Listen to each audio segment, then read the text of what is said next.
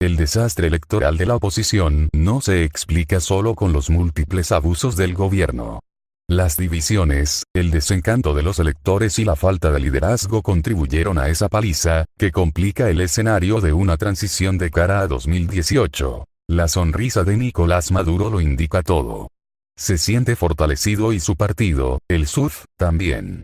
Haber ganado 18 de 23 gobernaciones en disputa el domingo 15 de octubre, pintar el mapa de rojo, confirmarse como la primera opción electoral en el país, puede lucir definitivo para un régimen que continúa blandiendo los argumentos de la guerra económica y los desmadres inducidos de las finanzas nacionales. Pero es una mayoría de oropel, basada en buena parte en mentiras estructuradas desde el alto gobierno.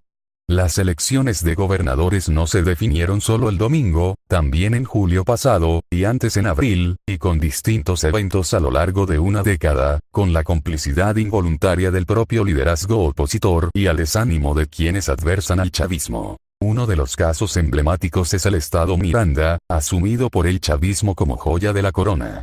Allí gobernaba Enrique Capriles, el líder mejor valorado de la oposición, inhabilitado por el gobierno en abril.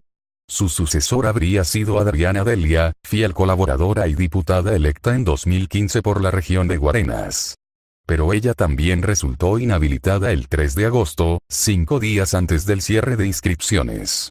Lo mismo ocurrió en Aragua y Amazonas. El gobierno escogió su adversario. Además, el NE cambió la fecha del proceso, no publicó a tiempo el cronograma, permitió la anulación de la tarjeta electoral de la unidad, el instrumento capaz de ganarle a la del SUV como en 2013 y 2015, se subordinó a la inconstitucional Asamblea Constituyente y no atendió los reclamos de los partidos opositores. Después, la autoridad reubicó centros de votación.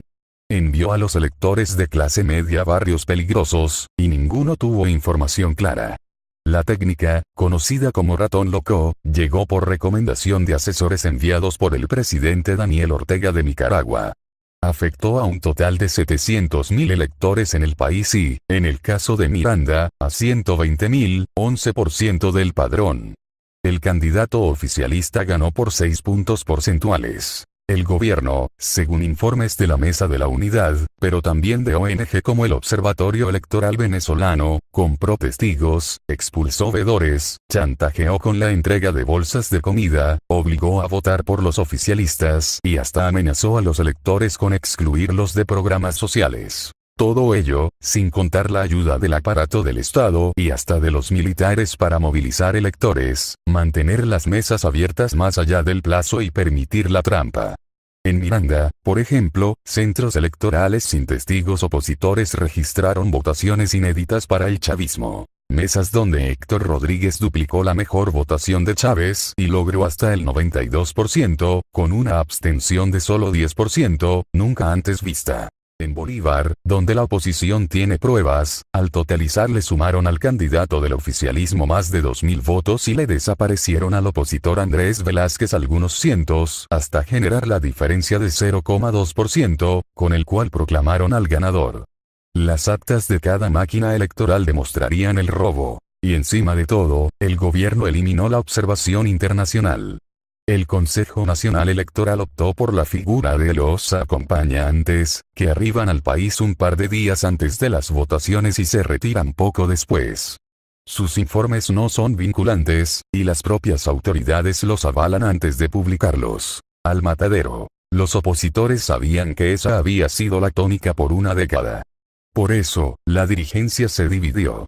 La Mesa de la Unidad Democrática acudió al llamado electoral y mantuvo siempre que el sistema no era invencible, y que podía repetir el ejemplo de las parlamentarias de hace 2 años. Pero el país ya era otro. Los 4 meses de protestas, que dejaron más de 120 muertos, centenares de heridos y miles de encarcelados, sin que hubieran conseguido una salida democrática, imprimieron su huella.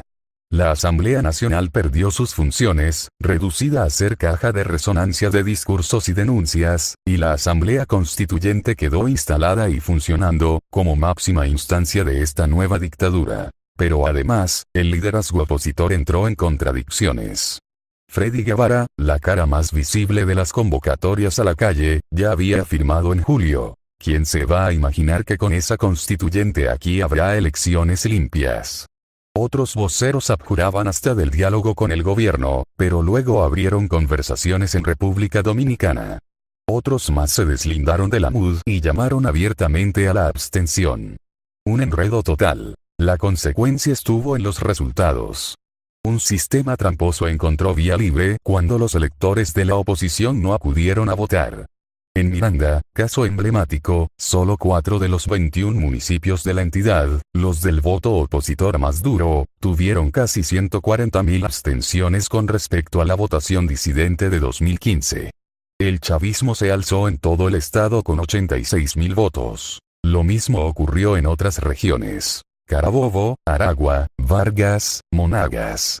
Incluso en aquellos territorios donde la MUD fue mayoría, las brechas fueron mínimas. No más de 5% cuando las encuestas predecían brechas de hasta 15 puntos. La oposición perdió más de 2 millones de votos con respecto a 2 años atrás. Y si bien tuvieron impacto la emigración masiva y hasta los homicidios que acabaron con la vida de unas 50.000 personas en ese tiempo, el desánimo político le refrendó el poder a quienes lo han detentado desde hace casi 2 décadas. No se quebró el sistema, pues la estrategia estaba equivocada.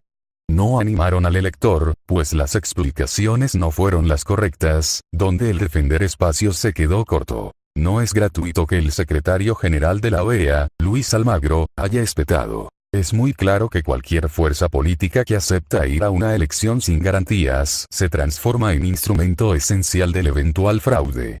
El uruguayo clamó por entender la lección, tanto en la dirigencia política venezolana como en la comunidad internacional, que reclamó a disidentes acudir a todos los escenarios electorales, según Henry Ramos Ayud, el jefe del partido Acción Democrática que se quedó con 4 de los 5 gobernadores opositores electos. Ahora el reto es mayor. El chavismo controla 18 de 23 gobernaciones y está relegitimado a lo interno, aunque fuera del país la comunidad internacional levante la ceja. Costa Rica ya denunció fraude, Colombia exigió elecciones generales limpias, el Grupo de Lima exigió auditorías independientes y profundas, como Estados Unidos y la Unión Europea. Las sanciones de esta última siguen siendo una opción no descartada. Pero no basta. Si la presión foránea aplica el ayúdate que yo te ayudaré, el liderazgo opositor tiene un reto más grande. Reunificarse y trazar una estrategia común. Si quiere hacerlo, hay partidos que hacen cálculos individuales. Y no será tarea fácil. El varapalo del 15 de octubre pudiera redefinir los balances de poder dentro de la unidad e incluso hacer rodar cabezas en el liderazgo. Mantenerse en la ruta electoral también será una decisión difícil de tomar en conjunto. Mientras tanto, el chavismo avanza al obligar a los elegidos a juramentarse ante la constituyente. Los antichavistas han decidido no hacerlo, por ahora, y quizá no los dejen asumir los cargos. Además, los salientes transfirieron dependencias y competencias al gobierno central antes de que los opositores puedan asumir. El Ministerio de Interior ya intervino las policías regionales de esos 5 estados. Y el gobierno podría convocar nuevas elecciones, ahora de alcaldes, para diciembre y aprovechar el nuevo despecho opositor. Sacaremos el 90%, ya previó Maduro. Si lo cumple, América Latina estaría viendo